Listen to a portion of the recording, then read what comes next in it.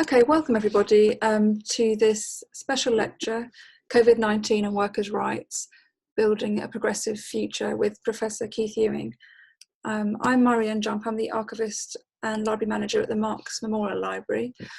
Before I introduce our guest speaker properly, I'll start with a little bit of housekeeping and also abuse my position as chair and say something about the Marx Memorial Library and our work.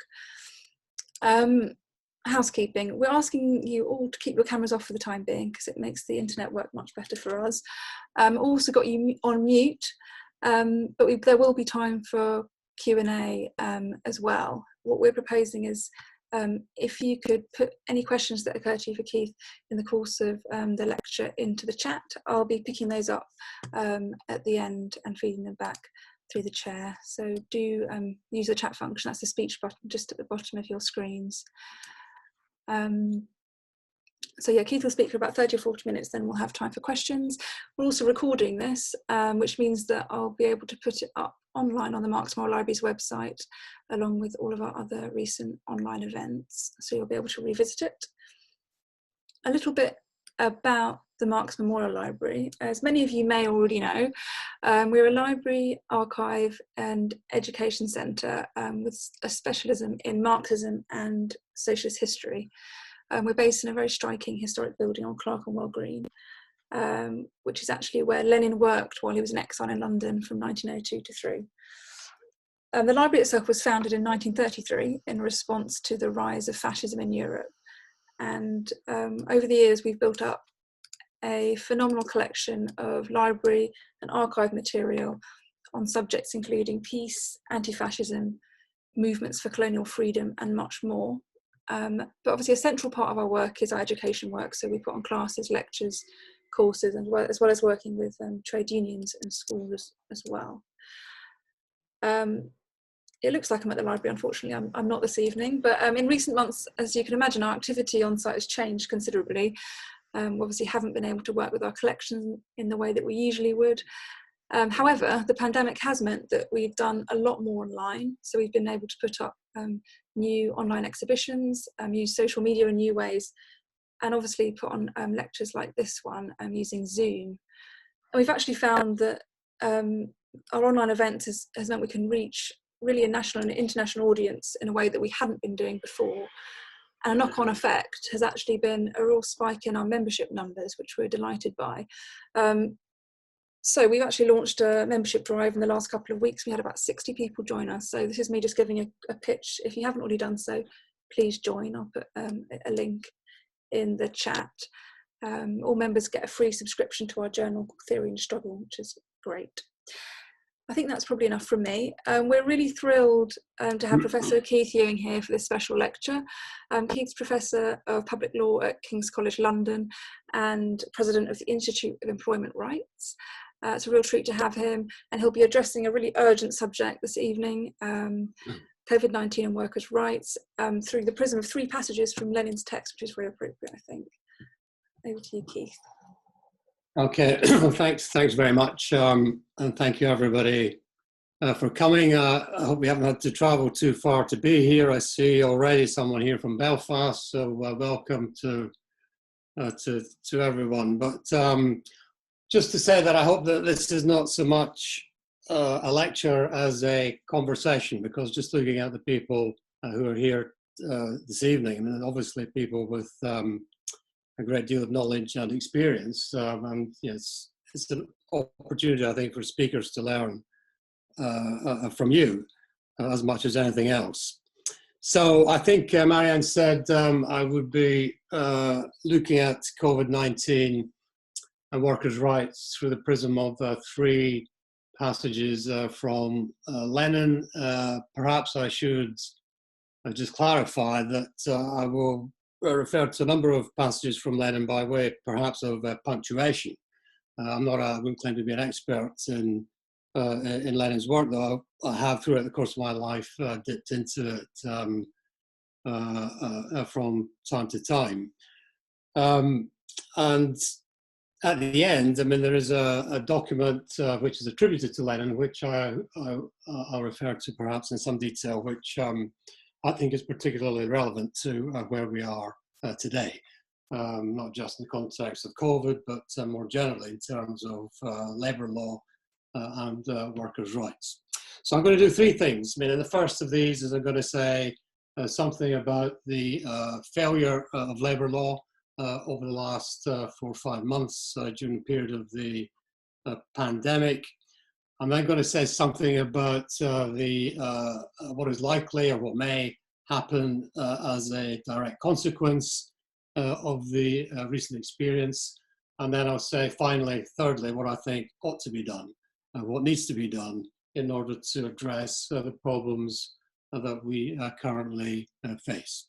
So in terms of the first of these three issues, the failures of labour law, as I see it, and this section is drawn partly from work which John Hendy and I are doing together, basically COVID-19 and the failure of labour law. And for the context of this evening, I think contextualise this failure in a nice passage from Lenin in the Proletarian Revolution and the Renegade Kotsky. There's a lovely passage that I like where he refers to the rottenness, mendacity and hypocrisy of capitalism.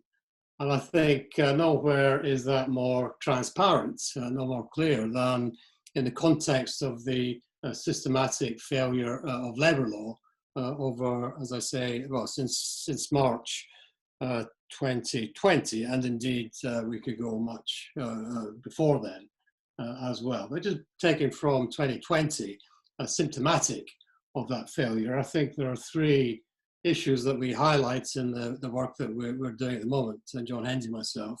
And the first of these relates to questions of worker health and safety. And it seems to us that it's the first responsibility of the state to safeguard the lives of its people. And what we have seen in the context of the COVID-19 crisis has been a major state failure at a number of levels, but beginning with the failure properly to supply and to provide up-to-date PPE for workers on the front line. And I think what is particularly revealing about the nature of the state at the present time is the failure in the legislation that was passed at the beginning of the crisis, the Coronavirus Act of 2020, actually to empower the state to requisition property, private property, for the purpose of manufacturing necessary equipment. Now, I can't think back to any other crisis in which emergency legislation has been introduced, in which that power has been absent. And I think it tells us a lot now about the nature of the relationship between the state and the business community, that power was not taken at the time when it was most needed. That is to say, back in March 2020, and we preferred to rely instead on inadequate global supply chains, along with other countries, and lots of issues about these supply chains, including the exploitation of many of the workers involved in the manufacture of the equipment. So that was one issue. The other issue, of course, was the failure of the state to make proper provision for those workers who were either sick or who were isolating because of exposure to the disease. All we ended up with was a system of statutory sick pay, which was admittedly, the law was amended to cover those people who were isolating, but crucially, the law was not changed in order to increase the amount of statutory sick pay that would be available to workers who were isolating in order to protect others from risk of exposure to the disease. And that £95, I think, just to put it into context, represents about a quarter, barely a quarter, of the national minimum wage for somebody who is able to get a full 40 hours a week and who relies on the national minimum wage as their basic hourly rate. So basically the point is, which a number of unions have pointed out, a number of workers themselves have pointed out, was that these workers were placed in an impossible dilemma that no one should ever be faced with, which was the dilemma of having to abstain from work and suffer the consequences of poverty on £95 a week, or to go to work and thereby expose other people to the risk of the disease. And the other issue, I think, which is related to both of these, I mean, the failure to supply and the failure to protect.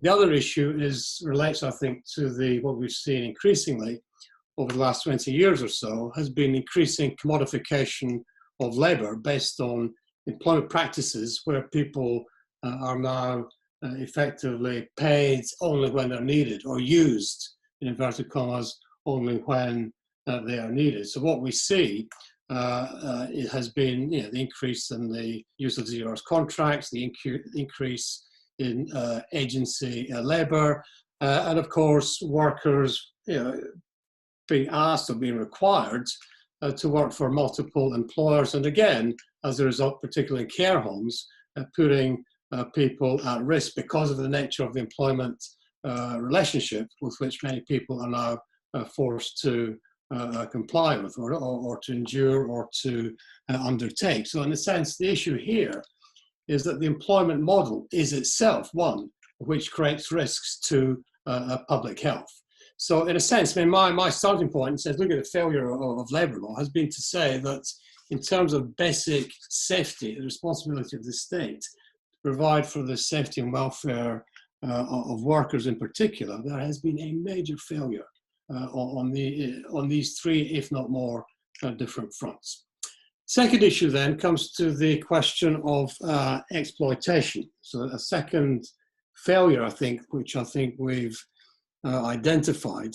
And exploitation here, I think, relates particularly to, and I'll say more about exploitation later, but for present purposes, we're talking about the exploitation of a group of workers who were designated as critical workers by the government, critical in the sense that they are the workers who are providing essential services. So we're talking here about healthcare workers, workers involved in social care, workers involved in the delivery of public services, teachers, firefighters, local authority employees, transport workers, shop workers, and so the list goes on. It's actually quite a significant body of people who fall within this category.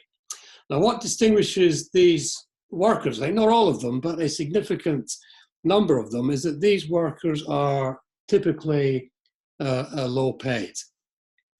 There are groups of workers who have a high number of females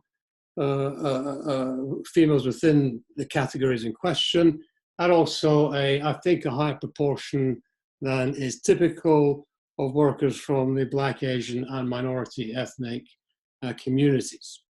Now, what is significant, I think, about this group of workers, there are two things that stand out from the research that has been done so far. One is that a large number of these workers involved in the provision of essential services are workers who are dependent on the living wage, on the minimum wage, as a source of income. And the second point, which I think was highlighted by the Institute for Fiscal Studies, is that if we take this group of workers, critical workers involved in the delivery of essential services as a group, this group of workers have seen their income fall by 4% over the last 10 years, compared to a fall of 0.3% of all workers generally. So in a sense, what we see here is a group of workers who are typically low paid. Secondly, a group of low paid workers whose relative income relative to other workers has fallen over the last 10 years. And thirdly, as a result of work which was done by USDAW in 2018, a group of workers who are characterized as being, in a sense, the victims of what is now being identified as in-work poverty. So we're looking at the issue of in-work poverty, people who are paid but who are nevertheless unable to meet basic needs.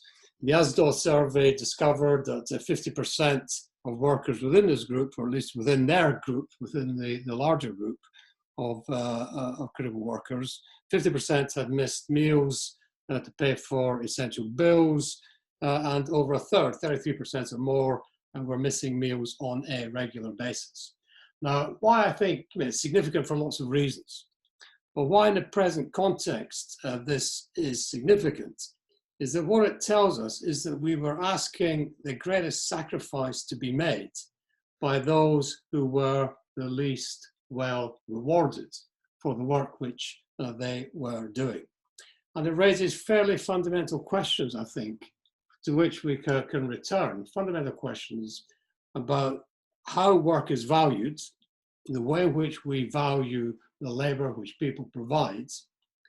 But not only that, it also raises fundamental questions about how people are valued, the way in which we value and reward people amongst us for the labour which they provide. I think that's probably the greatest issue or lesson to come out of the pandemic is this question of how we value work at the present time, how people are rewarded for the work that they do.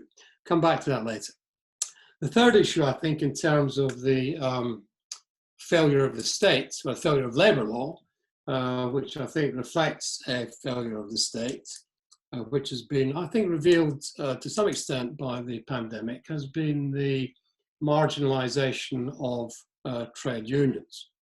That may sound, it seems slightly counterintuitive in view of the coronavirus job retention scheme, but I'll come back to that in a minute as well.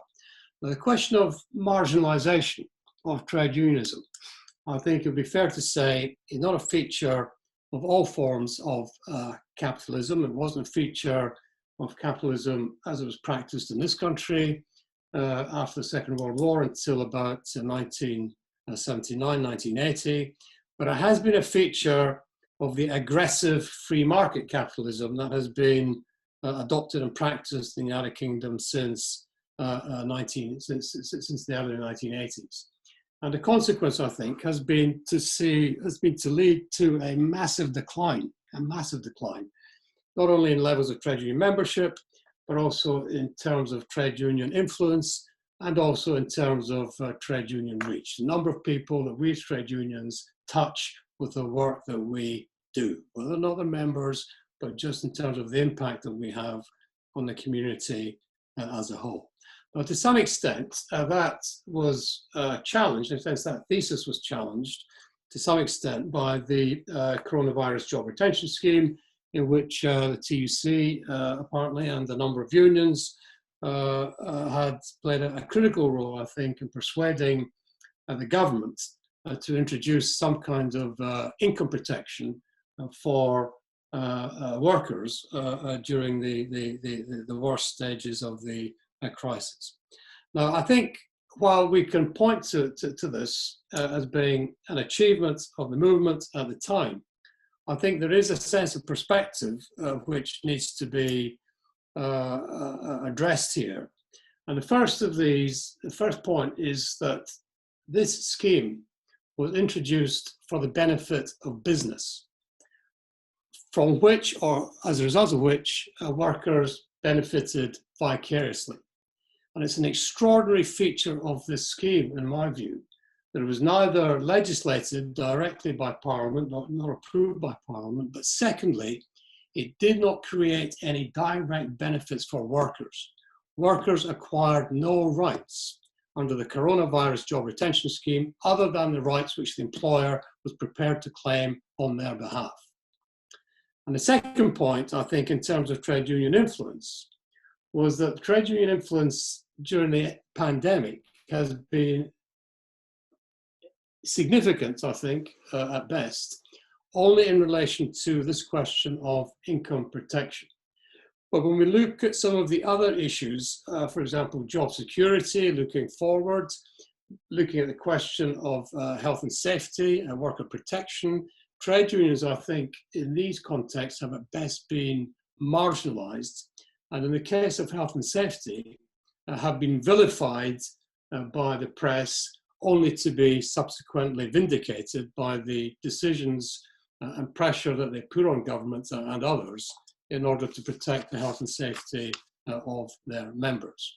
And I think, in a sense, what I see now is that although there may initially have been some panic by government and embrace of the trade union movement, there is no sense now, as for example there has been in Scotland, of the idea of some kind of economic contract between government and the trade union movement.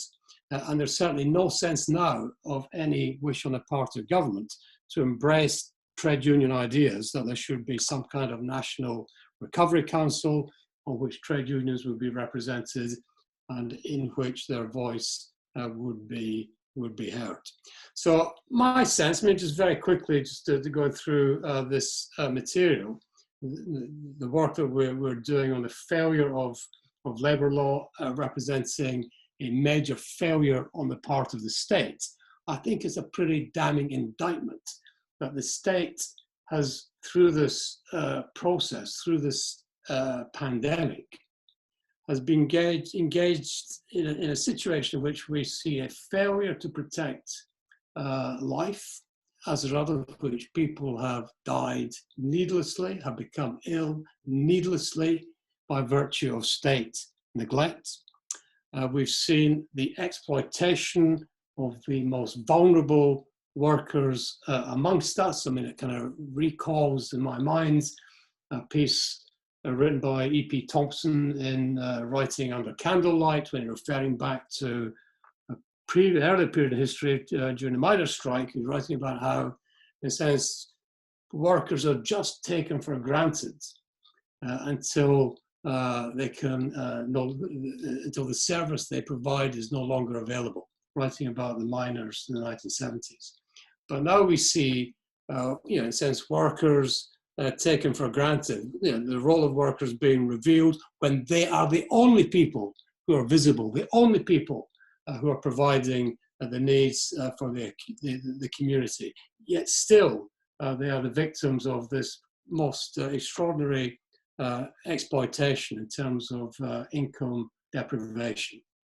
And the third issue, I think, is an issue that goes to the nature of our democracy, which is this question of marginalization of the voice of labour, which, as was in the case of the job retention scheme, Labour revealed that it could bring so much to the table in terms of ideas and experience.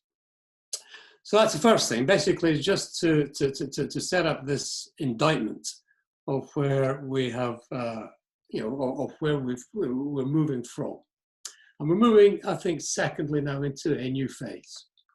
And so the second thing I'd like to focus on is where we go, in a sense, what is on the table in terms of where we move to, how, in a sense, what lessons can we learn from this epidemic, pandemic, the crisis, and where it might take us.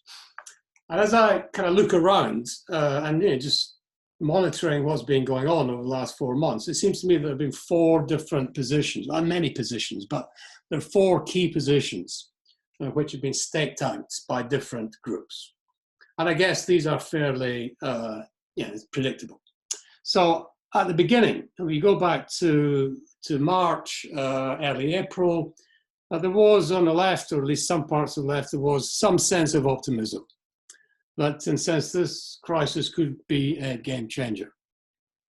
And so we had this kind of what I would refer to as a social democratic a position emerged, which in a sense we could, it was an optimistic position, people looking back to previous crises of the state, in response to which the state rebuilt the way in which things were done. And people, in the contemporary world, looking to rediscover the ideas that perhaps informed the way in which the state was rebuilt after the end of the Second World War. And so, that kind of takes you back to some of the great social democratic texts that were invented, that emerged in that period. Crucial amongst them, I think, was the Declaration of Philadelphia of 1944, which was the recreation of the ILO after the defeat of fascism. And the Declaration of Philadelphia, I imagine, was a document that bore the imprint of the what were then the so-called three great powers. Now, there's a lot in that, I think, that many of us would find attractive. One is the idea that labour is not a commodity, which I think is important, and it certainly it jars now when we see what has happened in terms of the commodification of labour, and not jars, but it shines like a beacon as a principle. And then we find a statement which has been an undertaking, a commitment by governments, which still bind us all, but which has been quietly forgotten, but a commitment of governments that all workers should enjoy a just share of the fruits of progress.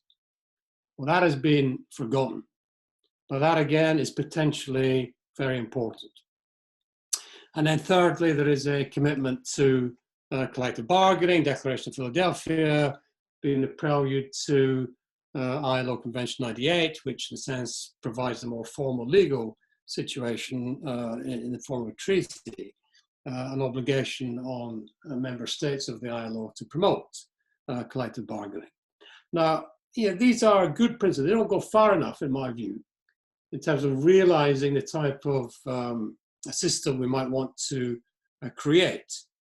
But, where we are at the moment, they will be a good start. But I think, as the months have unfolded since the pandemic caught fire, there has been a growing realization that the circumstances that produced the Declaration of Philadelphia and some of the great principles in 1944 are not the circumstances of today. In the sense that the world, in the sense of certain conditions, I suppose, the conditions that made that declaration and these principles possible, the sense for a short period of international solidarity, are not present at the present time that would allow us, I think, to revisit on a global basis that type of undertaking or commitment. So I put that to one side and I welcome any comments, but I don't see this now as being a realistic prospect. Secondly, I think the second type of ideas which I think or positions which have been taken are what I would, so in a sense, we're retreating.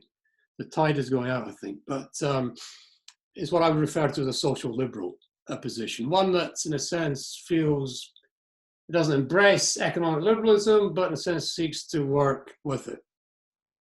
And social liberalism, in a sense, I would see, we're trying to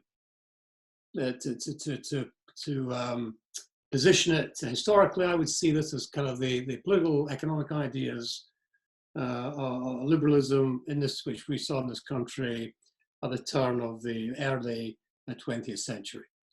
And I see, and I don't want to be unfair about this, but I see that this kind of idea emerging through the work of think tanks like the Resolution Foundation.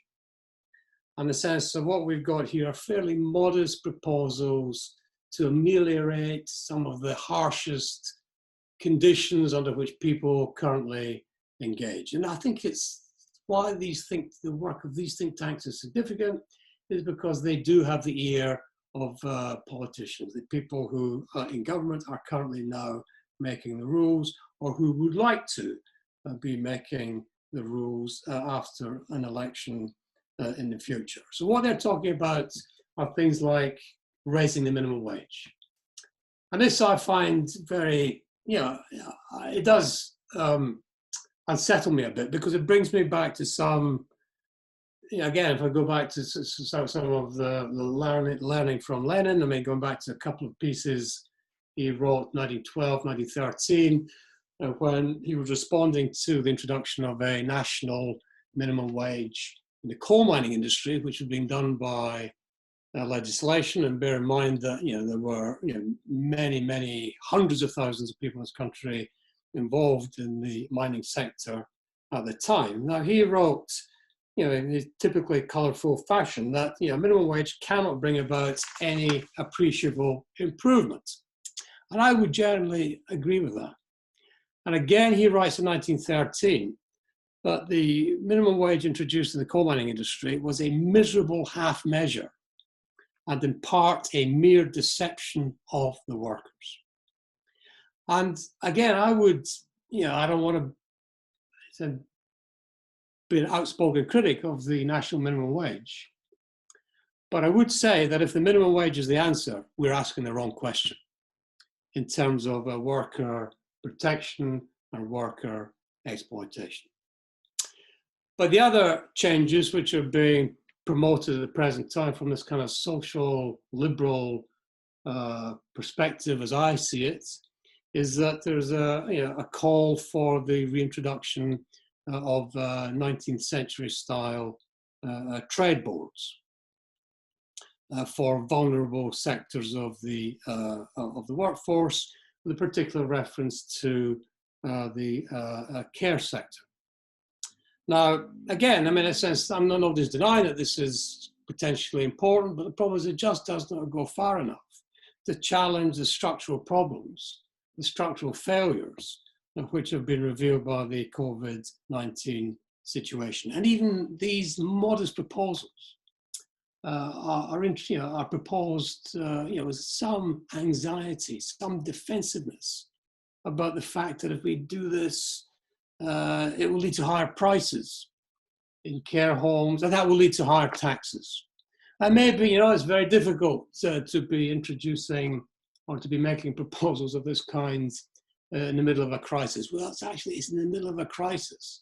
We should be making radical proposals for change in order to deal with some of the worst features of the crisis. So that, I think, is the second, where we are secondly. And the third position, which I see emerging, would be a more naked economic liberal position, which I would, basically neoliberalism on steroids, if you like.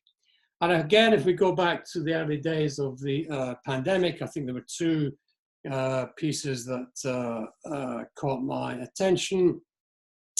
One was a piece by Sajid Javid, the former Chancellor of the Exchequer, writing in the Times, and there's a great quote where he says that the free market is the only way to revive the economy. And once the pandemic is past or has passed, we cannot allow the left to win the argument about wealth creation. Well, there is a challenge. Then a week later, Daily Telegraph. You should read the right-wing press because it tells you possible direction of travel. And there was, I hate to say this, but it was a brilliant piece by the global health editor who wrote about, it's basically what we're going to do. And he said, well, look, we got to think he told this parable of this 14th century Italian merchant, a guy called Marco Dattini, who operated in the city of Prato at the time. And Dattini was a man who profited from the plague in the 14th century. And so Dattini is celebrated in the Daily Telegraph as the forerunner or a forerunner of the modern businessman. And he, according to the Daily Telegraph, he is proof that there is one thing as adaptive to change as viruses, and that is capitalism. So if viruses can mutate and change, so too can capitalism.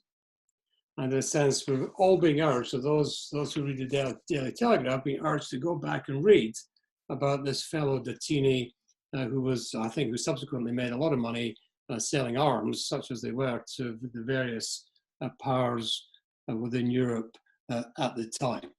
So in a sense, that is a third position. In a sense, you wouldn't bet against that being the direction of travel under the present government. And we see, I think, emerging just this week, a contradiction in the government's position. So on the one hand, I think on Tuesday, announcing pay rises for some of the critical workers delivering essential services, but not all. And those who've been most left behind in recent years look likely to be among the victims of continuing neglect. So no announcement of any pay rises for shop workers, transport workers, care workers, or local authority workers.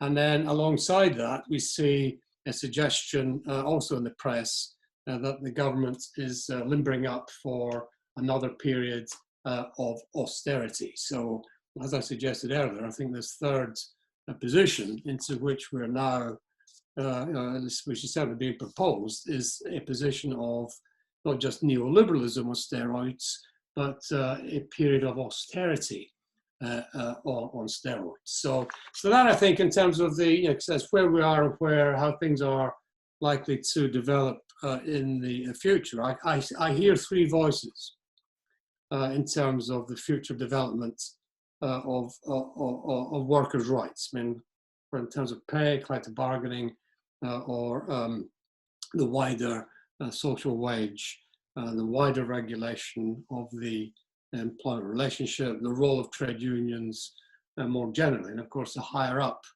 the closer you get to the first of these three options, then the better it would be. But as matters stand at the moment, it's open to debate, at least open to debate, as to how likely an outcome that will be. So that then brings me to my final point. I think I've got about 5 minutes or so. Let me just let me take 10 minutes on this. So really, it's what is, let me ask the famous question: what is to be done?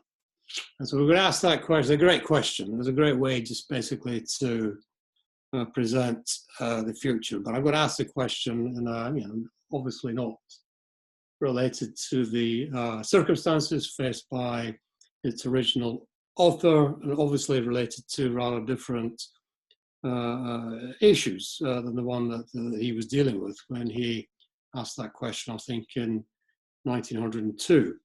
And what I want to focus on is something else that's attributed to Lenin. And this is a document that I came across, which is called the Declaration of Rights. I mean, it's quite unusual in this sense, the Declaration of Rights of the Working and Exploited People. And this is a document which, in his selected works, at least 3 volume selected works, attributed to Lenin, published in Pravda in 1918. And it's interesting because, in a sense, this was a time when the ILO constitution was being drafted with, a different set of principles, I guess, for a much more diluted set of principles for the regulation of workers' rights in the future. Now, in a sense, just looking at this document of 1918, there were 2 issues that, in a sense, 2 aspects to it. It's about 3 pages declaration, but two points that jumped out at me. One was the commitment to abolish all exploitation. Committed to abolish all exploitation. Now, what do we mean by, when Lenin is writing about abolishing all exploitation, he's not talking about, as Tory ministers would talk about abolishing modern slavery, or maybe even New Labour ministers would talk about abolishing modern slavery and forced labour, which obviously are a stain on modern civilization. Nor is he talking about eliminating low pay or sub-minimum wages. He's addressing something much more fundamental about the role of wage labour in a capitalist system of production, the exploitation of one class by another through the wage labour system. But for us at the present time, what this idea points to for me is something quite basic that the pandemic has taught us. And that is that there is a need for a few points. The first is a need for greater equality to reflect our mutual dependence. And above all else, I think that has been revealed by the pandemic. So in a sense, the focus on a minimum wage is understandable, but more important will be a focus on a cap on income. So in a sense that we have a ceiling on what it is people are permitted to earn. And secondly, I think more importantly than the idea of greater equality, it's about leveling up but also leveling down, is a need to reevaluate or re-evaluate how work is valued and how it is rewarded.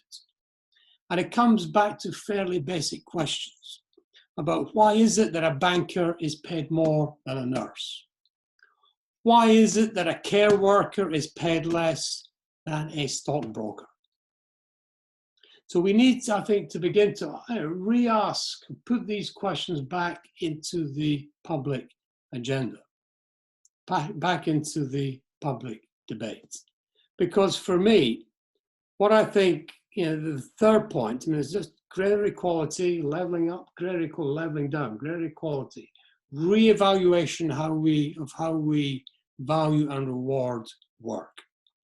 And in terms of how we value and reward work, I think the focus for the future should be that work is valued and rewarded in terms of its value to the community, not in terms of an exclusively economic calculus, as seems to be the case at the moment.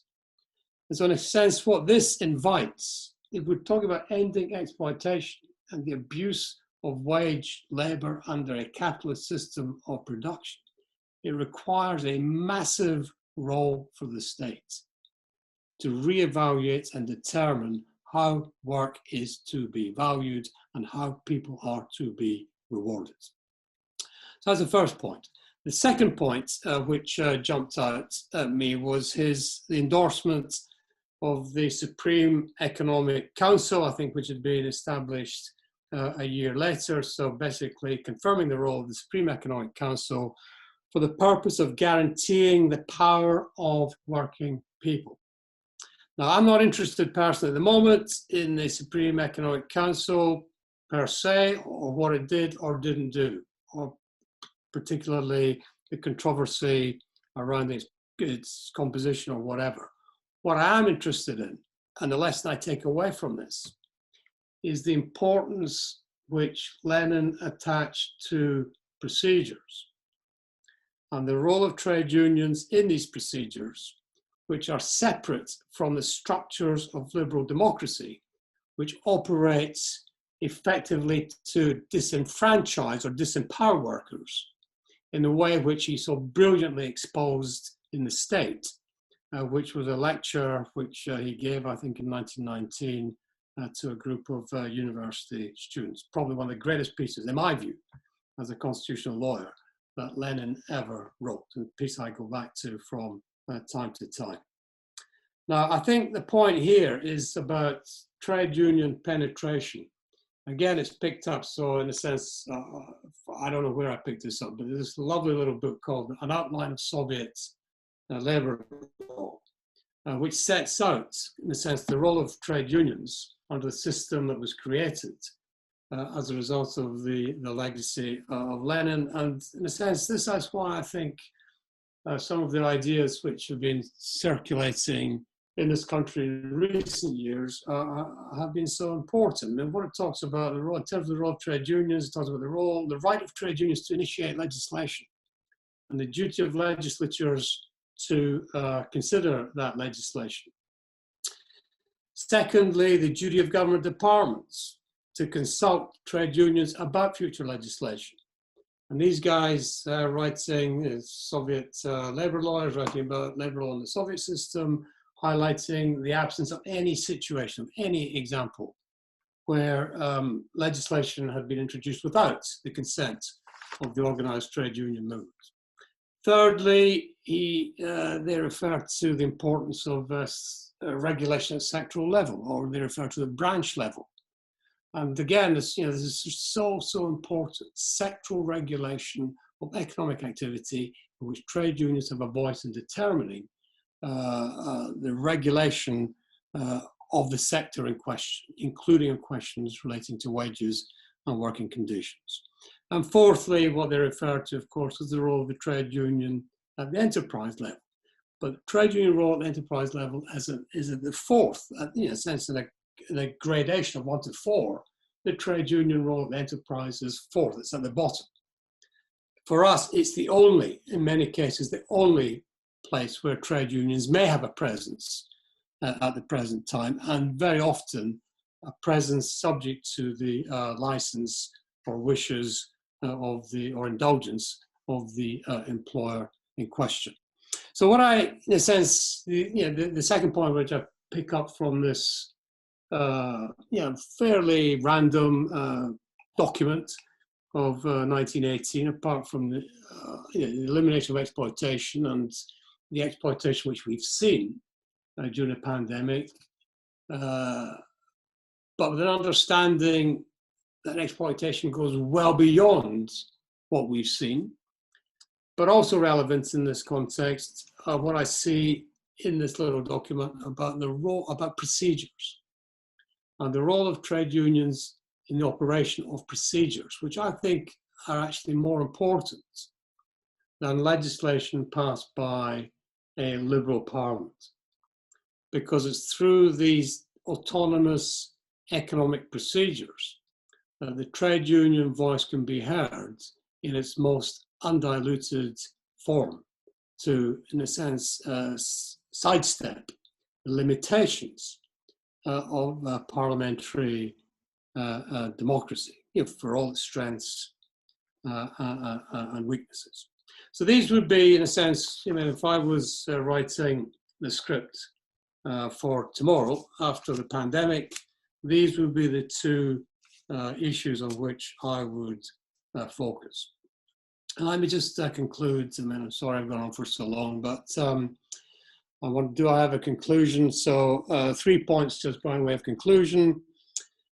First is that we are now emerging into the wreckage of a failed system, a system which has failed to provide the basics of life for the people who were most exposed to danger.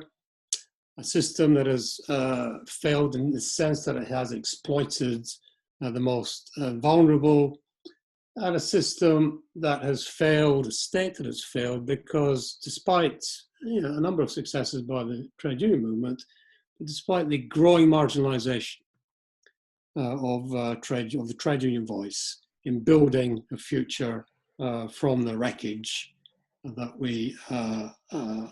that has been created. Secondly, what I see before me is a political process in which a number of options have been put forward. People optimistically thinking of some kind of social democratic post-war reconstruction. I see that fading very fast. I see some political currency in these kind of weak, lamentable, in my view, social liberal proposals. But I also see fear that where we may end up with over the next 4 years is the rebuilding of some kind of, the continuing of the rebuilding of some kind of early 19th century economic liberalist type country in which these neoliberal views take priority. And thirdly, really to map out an alternative. In a sense, I think there is an alternative. In a sense, there's an alternative in which we can embed the role and the voice of trade unions within our society, our politics, our communities, and one in which we seek to end and eliminate various forms of exploitation. So I see that we're going to have big battles ahead, but all I would say, last point, is that if we return to the masters, and I think we will better understand the problems and the crises that we face, and we will find timeless solutions to these contemporary problems as they unfold. Thank you very much. If you're still there, thank you for staying. Thank you very much, Keith, for that devastating picture of where we are now, how far we've got to go, but also what a real progressive future might look like. I think you're right, it'd be nice to have a bit more of a discussion. So what I'm going to suggest is that rather than go through me, that people raise their little blue hands on Zoom, and then we can bring people in if anyone's got any questions or comments. Kevin. Yes, thanks. It's Kevin Nelson, Regional Secretary of Unions North West, and thanks for that excellent analysis, Keith. I just want to pick up on your third point about the marginalisation of unions.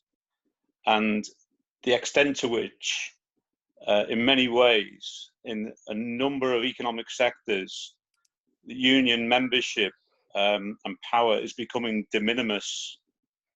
And it was first brought home to me a couple of years ago when Carillion went into liquidation, and it was indicated by the administrator that unions were not recognised in a majority of Carillion contracts in both the public and private sector. And it was very difficult with the low membership levels we had on many contracts to just enforce basic rights. And I think chickens have come home to roost similarly in the pandemic, in sectors such as social care, where we're starting from extremely weak bases.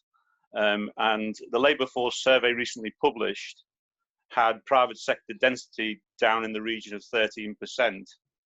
And a statistic that really stuck out for me was that only 15% of low-paid workers are members of unions. So whilst we debate workers' rights and, you know, the fact that they can provide both a sword and a shield to defence and advance workers' rights, I think we really need to factor in the importance of the organising agenda and the need to build unions.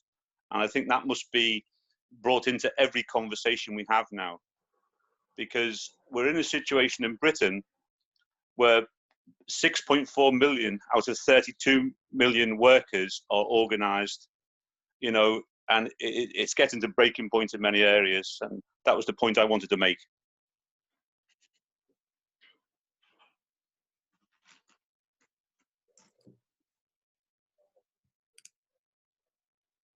Oh, sorry, I think you're muted. Okay. All right, sorry.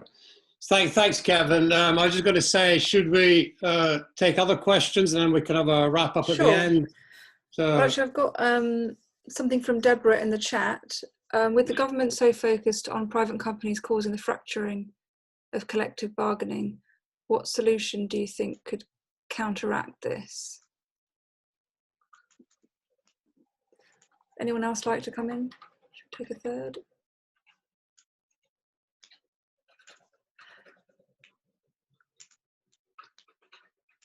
I actually had a question about the Marx Mora Library. Given everything that you've been highlighting, what programmes at the MML could contribute to stimulating a wider understanding of these issues and activism around them in the coming period? okay. I mean, these are really difficult questions, all of them. I think, I mean, to start with Kevin, I think Kevin and I agree with a lot of things, but we disagree on others. And I don't want to disagree on the organising model because I think organisation, you know, from the grassroots up is important, clearly. But I also feel that trade unionism draws a lot of strength from support from the state indirectly, and that trade union density levels would increase if there was a stronger, not necessarily obligation, but a stronger compulsion to join, or a stronger reason to join. And I think the problem with the organising model is, and it's both in a sense, what you need, I think, is to have an approach which is based on organising from the bottom up, but you also need an approach which is based on organising from the top down. And I think where we are at the moment is that we've never had that level of state support that would encourage workers into trade unions for a long, long time, really for the past 40 years. And I think that is critical to the success of the movement, which is why I think the Corbyn platform was so important at the last election, the last two elections. And I think the problem with the organising model on its own is that workers are two problems. One is that workers are very vulnerable to employer abuse and intimidation without any effective redress from the state. And at that stage, the union, the organising stage, the union is very often not in a strong enough position to protect the workers in question.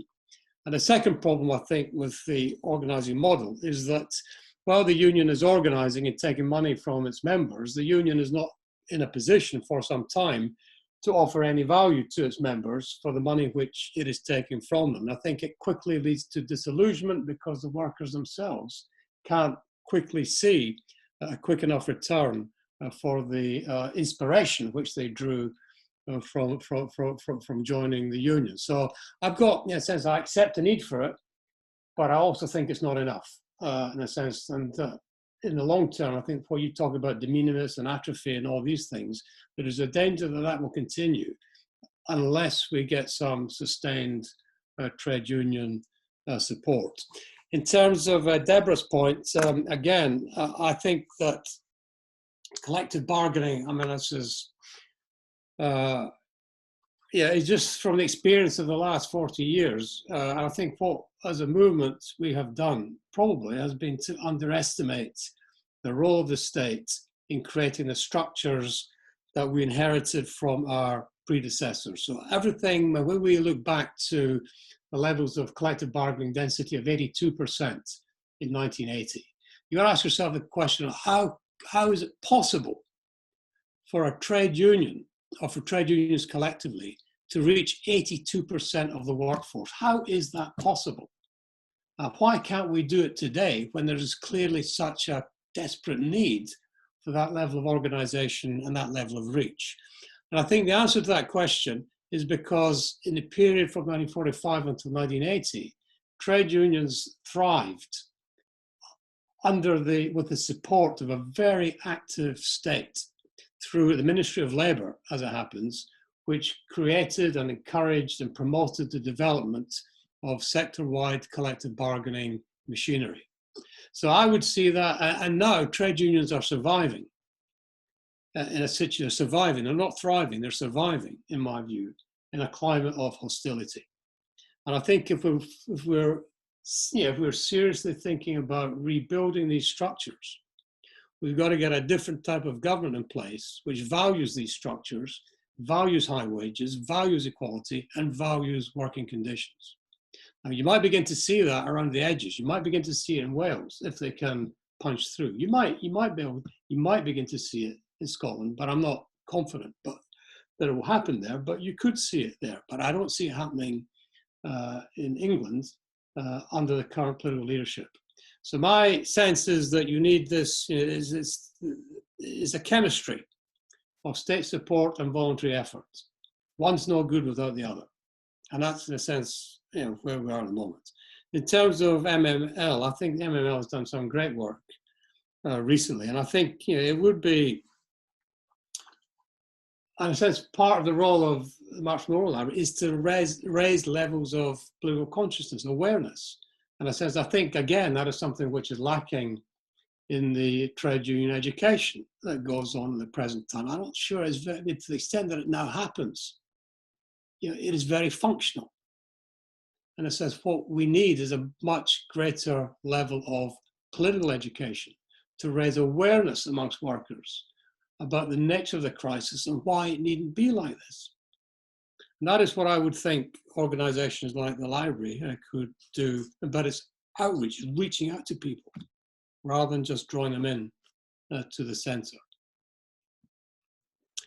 Thanks, Keith. We've got Cad waiting to come in here, shall we? Thanks, Marianne, and thanks, Keith. Hello there. Brilliant as ever. I might be pinching some of those ideas for future speeches that I'm doing myself, but there's nothing new in that. I just want to raise 2 points.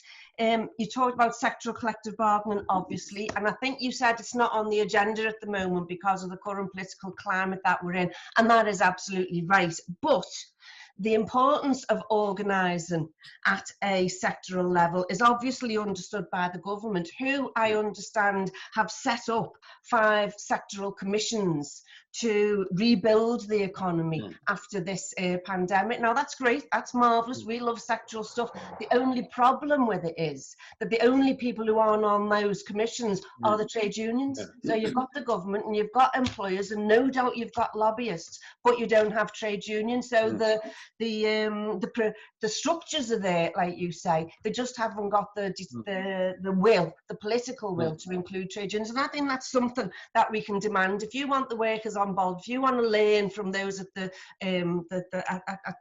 face of industry, then you've got to have workers also involved in those commissions. And the second thing is, and it's kind of linked to that, that you're right when you said the job retention scheme and all the other money that's been given is a form of business bailout, which reminds you of the bankers in a previous situation. And that's right. And surely what we should be demanded is some conditionality to those bailouts. Yeah, I agree. Yeah. So you know, if companies are going to get money, then they have to. What we should be demanding, not saying we'll get them from the Tories, but what we should be demanding is that maybe they recognise a union, maybe they improve pay at the levels that you were saying, and maybe they meet standards in terms of health and safety. So some conditionality to the money. Yeah. Thanks. Well, I would agree. I obviously agree with both of these points. I think on the issue, there's a great, I mean, at least the last 20 years, governments of both, or all three, Tory and New Labour governments have experimented with various forms of sectoral regulation, but none of this has actually involved workers, none of it has involved regulation of working conditions, and the only intervention in relation to working conditions at sectoral level, at least in England, was under the coalition government when they abolished the Agricultural Wages Board as the last kind of vestige of sectoral employment regulation. So, yeah, the sooner we, and in a sense that was why the Corbyn agenda was so important. It provided such a great opportunity for worker protection. And people, I think, when people fully understand what they turned down, what they rejected in 2019, I think a lot of people are going to feel pretty stupid at an opportunity missed. And I agree with you on the job retention scheme. I think, in a sense, maybe the union should have pushed harder for conditionality. But in a sense, what it also reveals, that scheme, is, in a sense, the limited role of trade unions. So where is the voice of trade unions in keeping people safe, or in terms of government? How have they been involved in government? How have trade unions been involved in government in protecting jobs in the future? In a sense, this was a short-term engagement to give, in a sense, legitimacy to a short-term problem, and they've been squeezed out from long-term solutions. But I think what it also revealed is the sheer, it goes back to that great quote from Lenin about the mendacity and hypocrisy and the rottenness of capitalism, because what you see are big businesses, £1 billion plus in the bank, taking state money and then making people redundant. I mean, absolutely shameful. And some of this has been highlighted by parliamentary committees and some brilliant work, let it be said, by our liberally democratic, usually ineffective parliament. But they've done some good work in exposing some of these hypocritical practices of governments. So, Cad, I agree on both fronts. I've got a couple of questions in the chat from Daniel. As the crisis is deepening, what's the scenario we expect once a second wave hits this winter, with the potential of blaming the individual politics by the government and the idea of workers not being sufficiently covered by the state? Are we in the position of advancing a social strategy to avoid such a scenario now, as mass unemployment is expected very soon? So that's from Daniel. I've also got a question about how, given how unstable work is at the moment, often with high debts, there'll be a lot of concern about actually joining a trade union in the first place and how we might counteract that. Yeah, who's that from, the second one? Oh, that's Deborah again. Deborah, okay, let me just, yeah, I suppose that's interesting, Deborah, because there's been a lot of debate at the moment, in the sense of, I think, an optimism at the moment that people tell me trade unions are putting on members, and the membership is growing amongst, well, I think, teachers and education unions, a number of other unions, and details of which I'm not that familiar with, but it strikes me that there's a number of other unions that are about to lose members as a result of the unemployment that Daniel is anticipating. And I think, I mean, yeah, since what we see at the moment is an economic crisis now underway, which, as Daniel points out, is going to get worse by Christmas. But I think I think there are some serious minds within the movement who are now focusing on what could be a crisis for trade union membership itself. In a sense, we're now, membership decline has stabilized over the last couple of years, but it's now half of what it was, and a much smaller percentage of the work. So we're now down at what, 6 million, less than 6 million, compared to 13 million in 1980. 1980, we had 60% of the workforce in membership of a trade union. Now it's about 25%.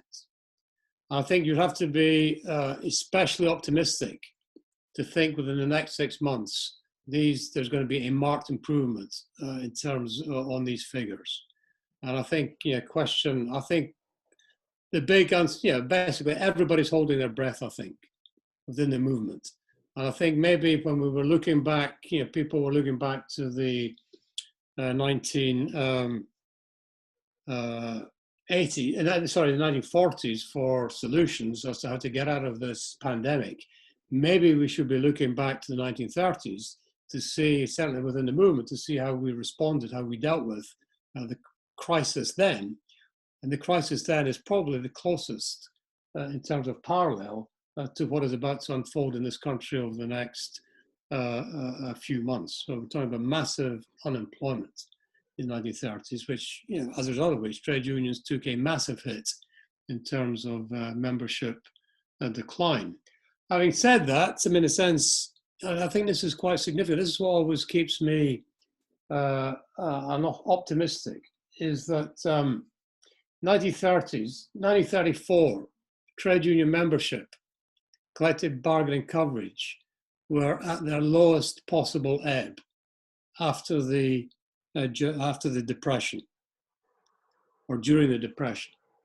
In 1934, the Labour Party had split, and you had, in a sense, the bulk of the party had gone off with the Tories and the Liberals to form a national government.